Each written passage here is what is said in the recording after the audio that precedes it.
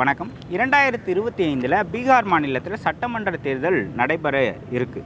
அதாவது அடுத்த மாதம் நவம்பர் 6 மற்றும் 11 ஆகிய தேதிகளில் சட்டமன்ற தேர்தல் நடக்க இருக்குது.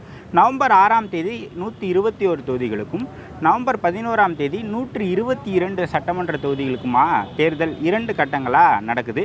பீகாரில் ஒட்டுமொத்த சட்டமன்ற தொகுதிகளினுடைய எண்ணிக்கை 243. இந்த காணொலியில் பிரசாந்த் கிஷோர் பீகார் தேர்தலில் என்ன தாக்கத்தை ஏற்படுத்துவார் அப்படின்றத பற்றி தான் பார்க்க போகிறோம். அதுக்கு முன்னாடி பிரசாந்த் கிஷோர் யார் அப்படின்றத பார்த்துட்டு, அவர் இதுவரை அவருடைய பயணம் எப்படி இருந்திருக்கு அப்படின்றத பார்த்துட்டு, அவருடைய அரசியல் கட்சி அவர் ஆட்சிக்கு வந்தால் என்ன செய்வேன்லாம் சொல்லியிருக்கிறார். அதன் பிறகாக அவர் என்ன மாற்றத்தை 2025 சட்டமன்ற தேர்தலில் ஏற்படுத்துவார் அப்படின்றத பார்ப்போம். பிரசாந்த் கிஷோர் பப்ளிக் ஹெல்த்தில் வேலை பார்த்துட்டு வந்தார். 2010க்கு முன்பாக அவருடைய பணி அதுவாகத்தான் இருந்தது. அதன் பிறகாக மோடிக்கு அவர்களுக்கு ஒரு கடிதம் எழுதுகிறார். குஜராத்தில் இந்த மாதிரி ஊட்டச்சத்து குறைபாடுகள் நிறைய இருக்குது அப்படின்ற ஒரு கடிதம் எழுதுகிறார். அதன் பிறகு மோடியோடு அவர் சந்திக்கிறார்.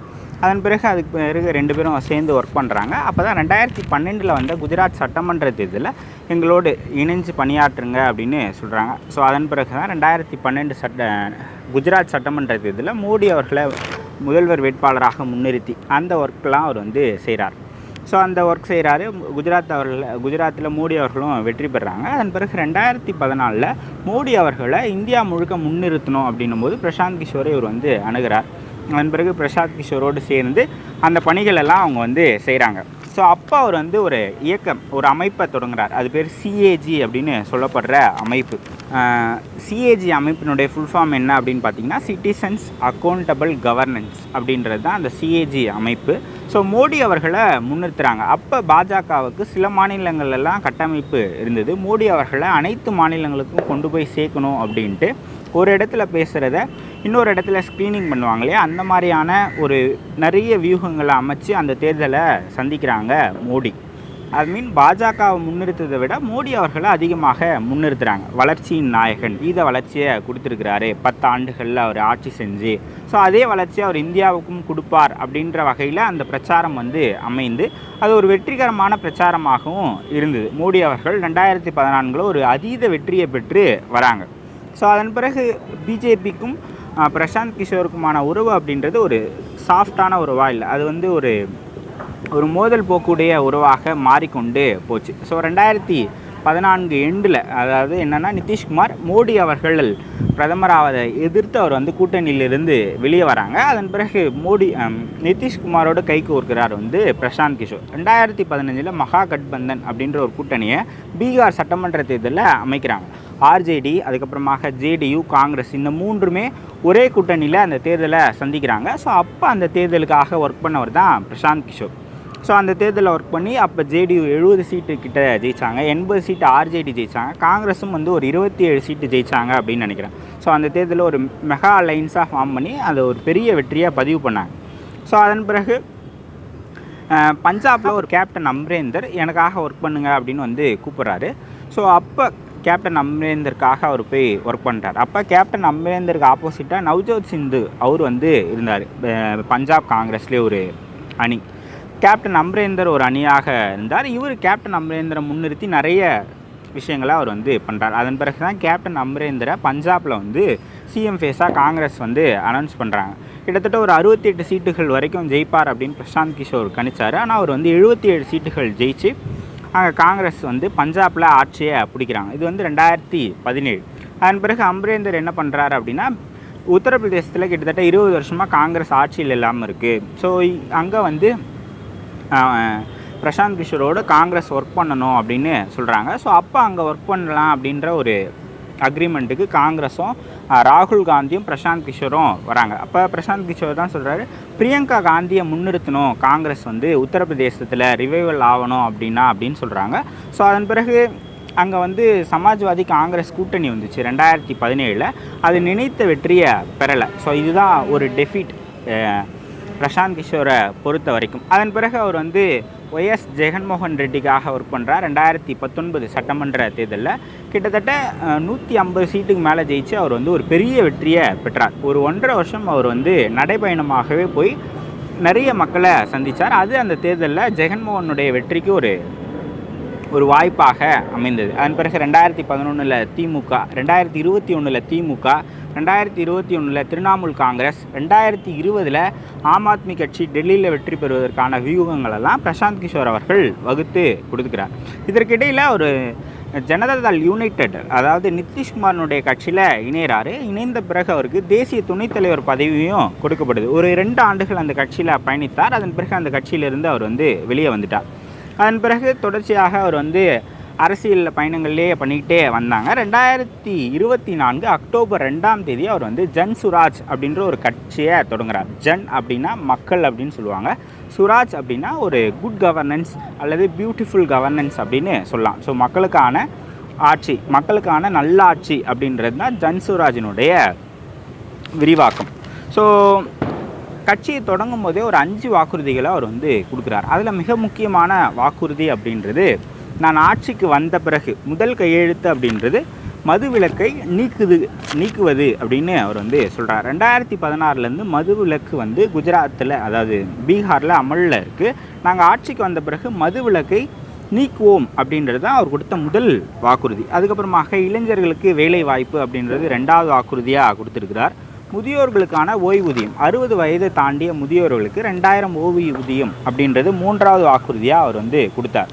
அதுக்கப்புறமாக பெண்கள் தொழில் தொடங்குவதற்காக 4% வட்டியில் தொழில் முதலீடு பெண்கள் தொடங்கலாம் அப்படின்றத அவர் சொல்கிறார். அதுக்கப்புறமாக பீகாரில் விவசாயத்தை லாபகரமாக மாற்றுவது அப்படின்றது தான் அவரை கொடுத்த 5வது வாக்குறுதி. அதன் பிறகு மனோஜ் பாரதி அப்படின்றவர் தான் செயல் தலைவராக அவர் நியமிக்கிறார். அவர் ஒரு ஐஎஃப்எஸ் ஆஃபீஸர், முன்னாள் ஐஎஃப்எஸ் அதிகாரி. ஒரு 4 நாடுகளில் அவர் பணியாற்றி இருக்கிறார். ஐஐடி கான்பூர், ஐஐடி டெல்லியிலலாம் படித்தவர். அதன் பிறகு ஐஎஃப்எஸ் அதிகாரியாக மாறுறாரு. ஸோ தலித் சமூகத்தை சேர்ந்தவர். அவரை முன்னிறுத்துறாரு பிரசாந்த் கிஷோர். ஸோ அவர் தான் இது பண்ணுறார். ஸோ அவர் வந்த பிறகு தான் கட்சி கொடிகளில் காந்தி மட்டும் இருந்தாங்க. அக்டோபர் 2 தான் அவங்க கட்சியை தொடங்கினாங்க. அதன் பிறகு அம்பேத்கரனுடைய படத்தையும் அவங்க முன்னிறுத்துறாங்க. ஸோ இந்த மாதிரிலாம் நடக்குது. இந்த எலெக்ஷன்ஸுக்கு முன்பாக 4 சட்டமன்ற தொகுதிகளில் பீகாரில் இடைத்தேர்தல் நடந்தது. அதில் ஒரு சட்டமன்ற தொகுதியில் கிட்டத்தட்ட 22% வாக்குகளை ஜன்சுராஜ் கட்சி பெறுது. ஃபஸ்ட்டு முதல்ல எடுத்த கட்சி 32% எடுத்தாங்க. 2வது வந்த கட்சி 28%, 3வதாக வந்த ஜன்சுராஜ் கட்சி 22% வாக்குகளை எடுக்கிறாங்க. மற்ற தொகுதிகளெல்லாம் மொத்தம் 4 நடந்தது. இதில் ஒரு 22, இன்னொரு சட்டமன்ற தொகுதியில் 10%, இன்னொன்றுத்தில் 4 அப்படின்னு எடுத்தாங்க. ஆனால் இந்த 22% எடுத்த தொகுதி ஒரு தனி தொகுதி அப்படின்றது நம்ம இதில் பார்க்க வேண்டிய விஷயங்களாக இருக்குது. ஸோ இதுதான் ஜன்சுராஜ் பார்ட்டி, அதாவது பிரசாந்த் கிஷனுடைய வரலாறு. அதுக்கப்புறமா ஜன்சுராஜ் பார்ட்டினுடைய தொடக்கம். இது வரைக்கும் இவங்க பண்ணதை சொல்லிட்டேன். 2020 நடந்த சட்டமன்ற தேர்தலில் ஒரு 63 தொகுதிகளில் வாக்கு வித்தியாசம், வெற்றி வாக்கு வித்தியாசம் ஒரு 5000 வாக்குகளுக்கு குறைவான வாக்கு வித்தியாசத்தில் ஜெயிச்சிருக்கிறாங்க. ஸோ இந்த 63 தொகுதிகளில் ஒரு மிகப்பெரிய இம்பேக்டை ஏற்படுத்துவார் பிரசாந்த் கிஷோர் அப்படின்னு தான் சொல்லப்படுது. அது என்ன இம்பேக்ட் அப்படின்னா, என்ன சொல்கிறேன்னா, இவர் ஒரு கிங் மேக்கராக இந்த தேர்தலில் இருக்க மாட்டார். ஒரு வெற்றி தோல்வியை தீர்மானிக்கக்கூடிய சக்தியாக பிரசாந்த் கிஷோர் இருப்பார் அப்படின்னு சொல்கிறாங்க. அதாவது ஆர்ஜேடி ஆட்சிக்கு வருமா அல்லது நிதிஷ்குமார் தன்னுடைய ஆட்சியை தக்க வைப்பாரா அப்படின்றது பிரசாந்த் கிஷோர் கிட்ட தான் இருக்குது. இப்போ ஒவ்வொரு கட்சியுமே ஒரு ஸ்ட்ராங் ஜோன் அப்படின்றது இருக்கும். கண்டிப்பாக அவங்க அந்த தொகுதியில் வெற்றி பெற்றுருவாங்க அப்படின்ற தொகுதிகள் பாஜகவுக்கும் அங்கே இருக்குது, ஆர்ஜேடிக்கும் அங்கே இருக்குது, ஜேடியுக்கும் அங்கே இருக்குது, காங்கிரஸுக்கும் அங்கே இருக்குது. அதில் ஜேடியுக்கும் பிஜேபிக்கும் அதிகமாக இருக்குது, ஆர்ஜேடிக்கும் அங்கே அதிகமாக இருக்குது. பொதுவாகவே அங்கே ஆர்ஜேடி ஒரு 20% வாக்குகளை வச்சுருக்கிறாங்க, பாஜகவும் 20% வாக்குகளை வச்சுருக்கிறாங்க. இவங்க 2 பேருமே 70 சீட்ஸ், 70 to 80 சீட்ஸை ஜெயிக்கக்கூடிய கட்சிகளாகத்தான் அங்கே இருக்கிறாங்க. 2 பேருக்குமே ஒரு சம அளவில் வாக்கு வங்கி இருக்குது.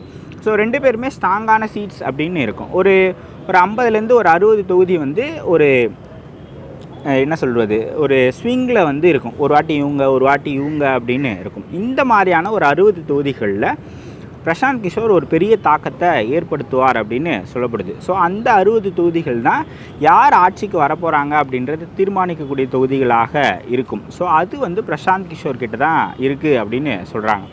சில தொகுதிகளில் பிரசாந்த் கிஷோர் ஆன்டி இன்கம்பன்சியை கட் பண்ணி அவர் அந்த வாக்குகளை வாங்கிட்டு போகிறார். அது ஆர்ஜேடிக்கு பின்னடைவாக இருக்கும்னு சொல்லப்படுது. ஒரு சில தொகுதிகளில் இவர் வந்து பிஜேபியினுடைய வாக்குகளை பிரிச்சுக்கிட்டு போகிறார். அங்கே ஆர்ஜேடிக்கு வந்து சாதகமாக இருக்கும் அப்படின்னு சொல்லப்படுது. ஆனாலும் கூட ஜன்சுராஜ் பார்ட்டியோ இல்லை பிரசாந்த் கிஷோரனுடைய எழுச்சியோ ஆர்ஜேடிக்கு தான் ஒரு பின்னடைவை கொடுக்குது, அது வந்து ஒரு ஸ்லைட் எஜ்ஜை என்டிஏக்கு கொடுக்குது அப்படின்னு தான் சொல்கிறாங்க. நிச்சயமாக அவர் வெற்றி பெற்று முதலமைச்சர் ஆக போகிறது இல்லை, ஆனால் அவர் போட்டியே இடலை இந்த சட்டமன்ற தேர்தலில். அவருடைய கட்சி ஆட்சியை பிடிப்பதற்கான வாய்ப்புகள் இல்லை அப்படின்றது தான் எல்லோருமே சொல்கிறாங்க. அவர் என்டிஏக்கு ஹெல்ப் பண்ண போகிறாரா இல்லை ஆர்ஜேடிக்கு ஹெல்ப் பண்ண போகிறாரா அப்படின்றது தான் கேள்விக்குறி. அவர் பிரிக்கக்கூடிய வாக்குகள் பெரும்பாலும் ஆர்ஜேடிக்கு தான் பின்னடைவாக இருக்கும் அப்படின்னு தான் சொல்லப்படுது. ஸோ இவர் பிரிக்கக்கூடிய வாக்குகளாக என்டிஏ ஒரு ஸ்லைட் அட்வான்டேஜில் இருக்காங்க அப்படின்னு தான் அங்கேருந்து வரக்கூடிய கள நிலவரம் வந்து சொல்லுது. ஸோ இதுதான் இப்போதைக்கு இருக்கிற நிலமை. இன்னும் ஒரு 10-15 நாள் இருக்குது பிரச்சாரம். ஸோ அதில் போக போக எப்படி மாறுது அப்படின்றத அடுத்தடுத்த காணொளிகளில் நம்ம வந்து பார்க்கலாம்.